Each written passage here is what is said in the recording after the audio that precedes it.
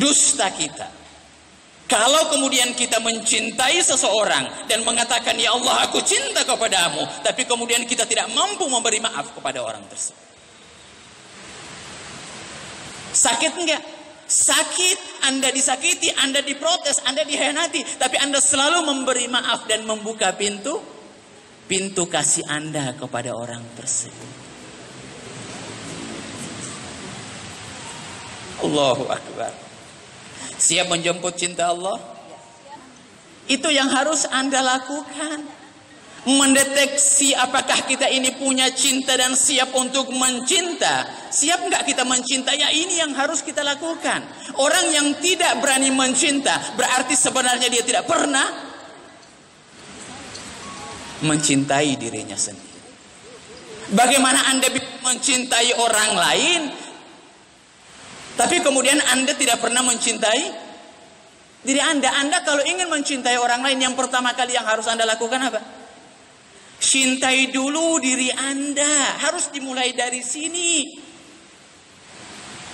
Orang yang selalu menyakiti orang lain, orang yang selalu hasud, dengki, iri, sebenarnya orang yang tidak pernah cinta pada diri dia.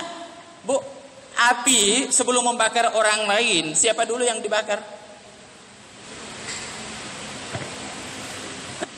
Ya diri kita sendiri yang dibakar. Seakan-akan kita ini sedang melihat apa? Melihat orang lain yang dibakar. Seakan-akan Anda ini sedang melihat orang lain yang Anda sakiti. Bukan. Sebenarnya Anda sedang menyakiti diri Anda. Hanya kemudian Anda sedang mengobati diri Anda dengan mencari pembenaran-pembenaran. Oh dialah yang tersakiti. Oh dialah yang susah. Ini ibu-ibu. Terkadang kita ini mendongkol benar. Bukan. Kita ini sakit hati benar. Kita udah nggak suka, udah nggak senang dengan sesuatu, kita udah perlihatkan muka nggak senang, udah perlihatkan sikap yang tidak senang, tetapi ternyata pasangan hidup kita biasa-biasa saja, bukan begitu? Iya. Terkadang kita udah marah, terkadang pasangan hidup kita apa? Terkadang biasa-biasa ada, cuek-cuek aja kan? Iya. Seakan-akan kita merasa bahwa kalau kita mencuci piring, kita banting-banting, kita merasa bahwa dia yang mendengar. Bukan? Iya kan, itu yang sering kita lakukan. Terkadang kita muncak-muncak di sini, suarakan keras-keras. Kita ingin apa yang kita lakukan itu supaya dipahami. Dipahami enggak? Enggak.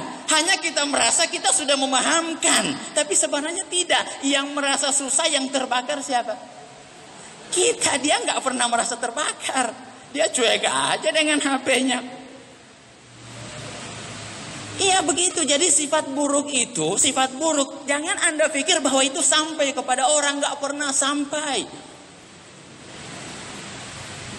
Makanya tidak ada cara lain bagi Anda. Kalau Anda pingin tenang, Anda pingin bahagia, selain pada akhirnya Anda harus bersandar kepada diri Anda sendiri.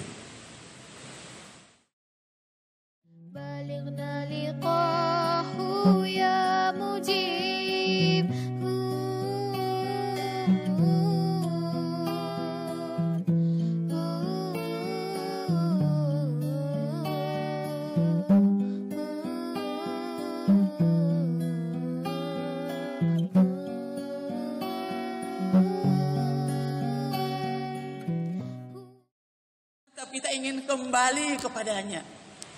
Ini suara fitrah kita. Setiap orang cinta dan rindu kepada asalnya. Itu rumah kita. Dari sana kita berasal. Ketika pohon yang Anda cabut dari tanahnya, Anda jauhkan dia dari tanah, pohon ini pada akhirnya akan merasakan apa? Merasakan kerinduan yang begitu besar sehingga dia layu dan mati karena dia meminta untuk kembali kepada tanahnya. Tahu Anda? Demikian juga dengan kita. Ketika kita jauh dari asal kita, dari tempat kita, kemudian kita berada di asfala safilin, di alam dunia yang kita tidak tahu keadaannya seperti apa. Kita bingung, kita mencari kasih sayang, kita mencari kebahagiaan, kita mencari ketenangan di alam dunia, tapi kita tidak miliki. Kenapa? Karena memang bukan di sini tempat untuk mencari kebahagiaan dan ketenangan itu. Kita mencari. Kita sangka itu dari suami kita sangka itu dari teman kita sangka itu dari materi, kita sangka itu dari semua yang ada. Tapi ternyata tidak pernah memenuhi apa yang ada di dalam hati kita. Kenapa? Karena itu berasal dari sana. Di sanalah sumber tempatmu. Kita ingin minta kembali. Ya Allah, saya ingin kembali. Ya Allah, inna lillahi wa inna ilaihi raji'un. Allah mungkin bisa memaksamu untuk datang kepadanya. Makanya Allah bilang, ya ayatuhan nafsul mutmainnah irja'i, wahai nafs, jiwa-jiwa yang sudah memiliki ketenangan, irji ila rabbika radiyatan mardiyah, datanglah kepada aku, penuhilah panggilanku, kata Allah, tetapi dengan keridhaan, bukan dengan paksaan. Ridho kau datang. Maukah kau datang kepadaku atau tidak? Jangan karena terpaksa. Terkadang kita ini datang kepada Allah karena terpaksa. Terkadang kita ini datang mengetuk pintunya Allah. Kapan? Kapan kita mau datang dan mengetuk pintunya Allah? Kapan?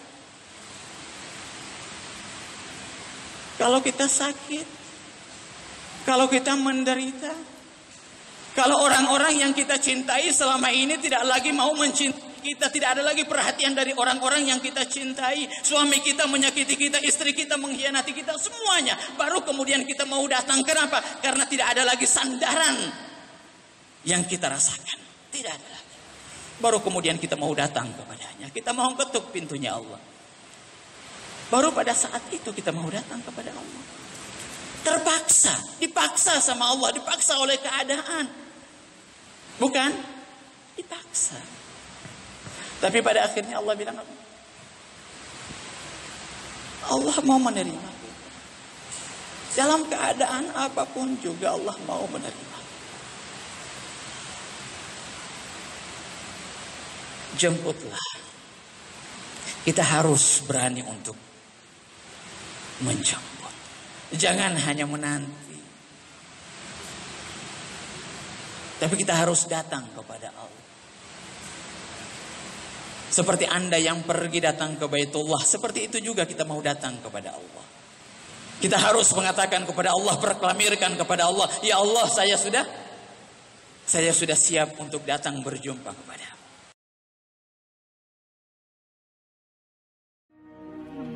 ذكر وموعظة ونور فيه شفاء للصدور وشفيعنا يوم النشور آياته تروي المدى وصفاته نبع الهدى نلقى الجنان بحبه لن تستقيم حياتنا إلا به هو القرآن والفرقان إليه تنصت الأكوان وفيه تعطر الآذان والقرآن ضياء يملأ الآفاق ونور يبعث الأشواق وفيه محاسن الأخلاق والقرآن